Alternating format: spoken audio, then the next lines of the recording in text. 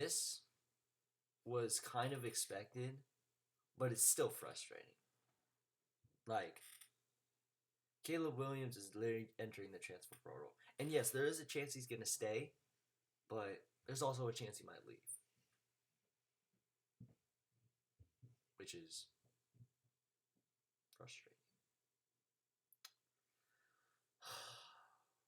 I don't know who we're going to start next year. I don't know if it's going to be Nick Evers. Probably going to be Nick Evers. I don't think Micah Bowens is going to start, or some of these older guys, Tanner Schaffner or whatever. I don't know who's going to start. Like, I don't know who's going to be a starting quarterback. We have Nick Evers, who's probably going to start as a freshman. But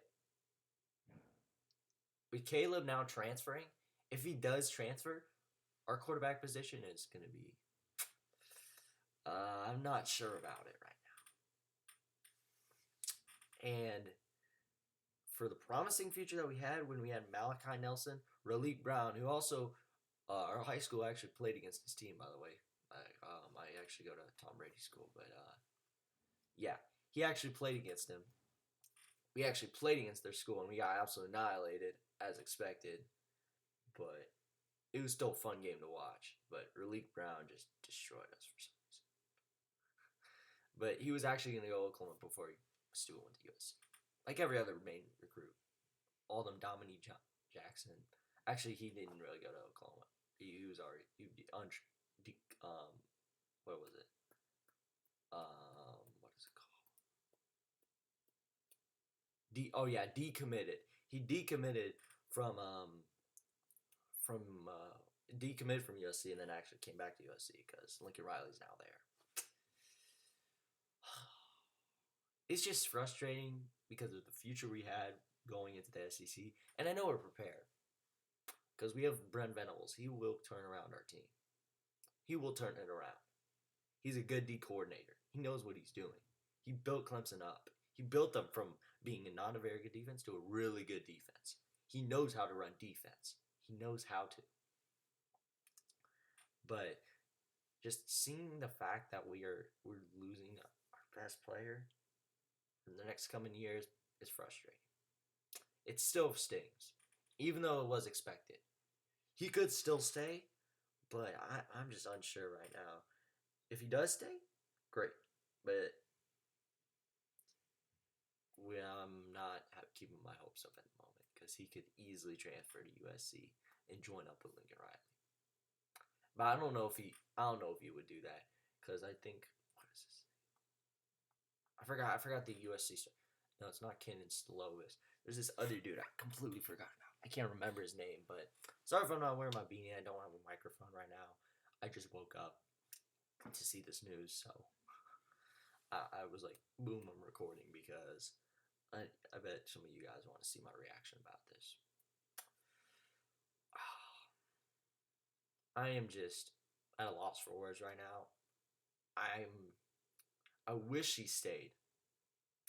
I was just keeping that little hope that he would stay. There was already I knew he was gonna play for the Alamo Bowl, but I was like, please do not enter the transfer portal. And sure enough, it happened. It was kind of expected that he was gonna kind of do that. It was expected that he was gonna play in our bowl game and not transfer because he was gonna finish out the season.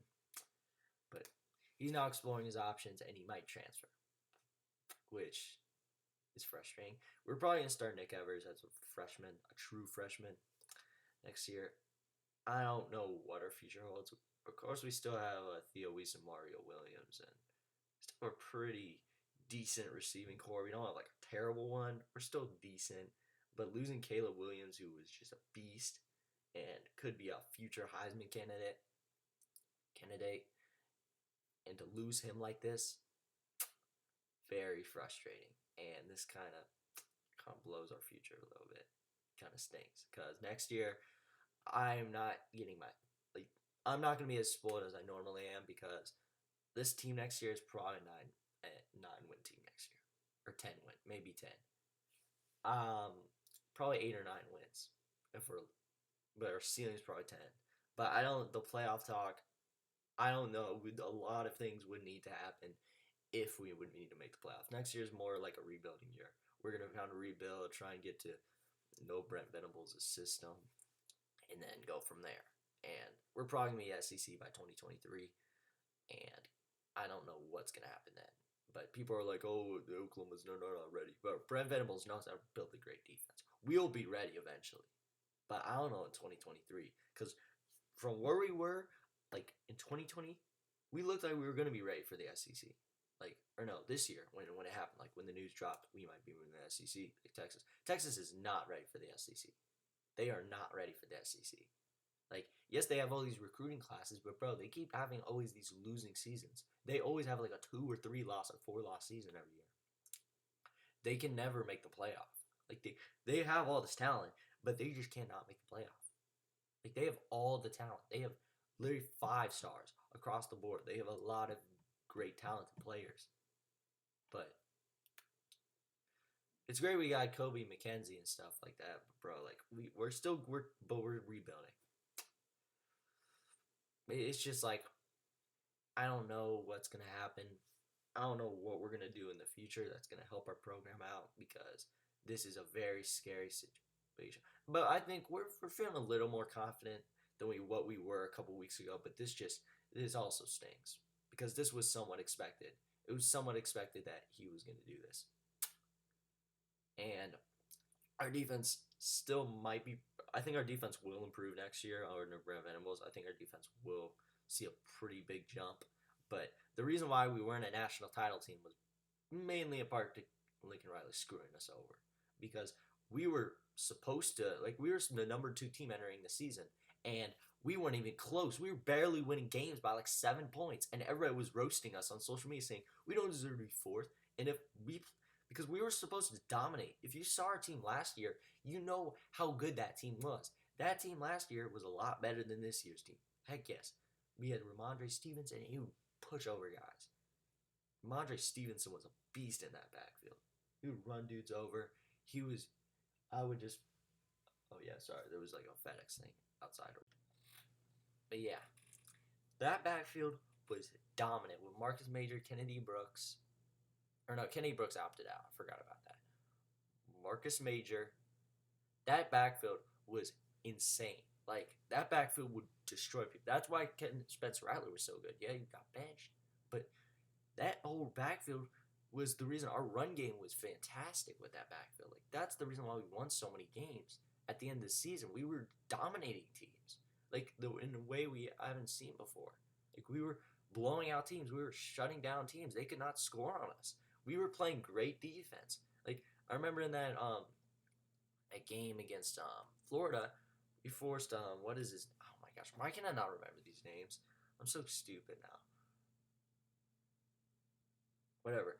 That Florida quarterback, I guess for some reason I can't remember his name. We forced him to throw 3 interceptions. I think in like the first half or first quarter or something like that, and we completely shut him down.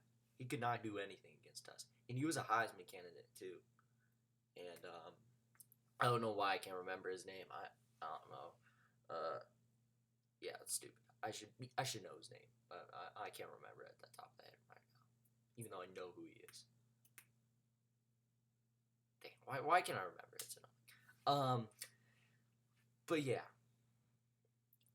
This is gonna quit the video rambling because this video is gonna be going on for like 15-20 minutes if I want to make it that long. But yeah, there's some rumors about how he might go to Georgia. I doubt he's going to Georgia. I don't think that's gonna happen unless it somehow does. There's even rumors about him going to like Auburn or whatever. Why would he go to Auburn, who's like a way worse team right now? Like, I know they're gonna be like, oh, we play in the SEC, bro. You guys haven't made the play. Guys have never made the playoff. Yeah, you were number 2, but you got blown out by Georgia in 2018 or whatever. Or no, was it? What is it? I think it was 2017. Yeah, it was 2017 when UCF was undefeated. And you guys got completely blown out by Georgia. And you were a 2-loss team, by the way, because you just beat Bama. But yeah. I'm just gonna quit rambling.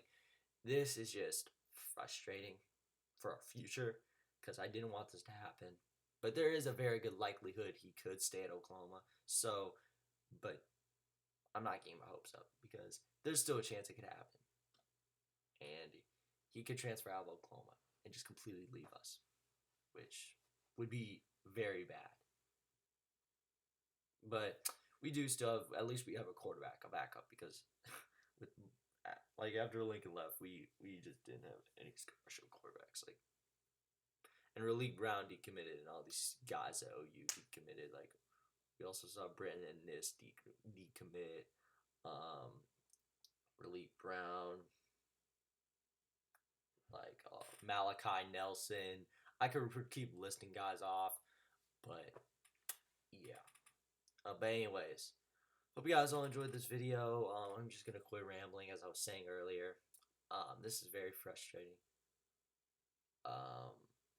But yeah, hope you guys all enjoyed this video, and Boomer Sooner, everybody. I'm just saying that because of Oklahoma, but yeah, because I'm just gonna, whenever I do these reaction videos from now on, I'm just gonna be like, Boomer Sooner, and Boomer Sooner, everybody. And I'm out. Peace.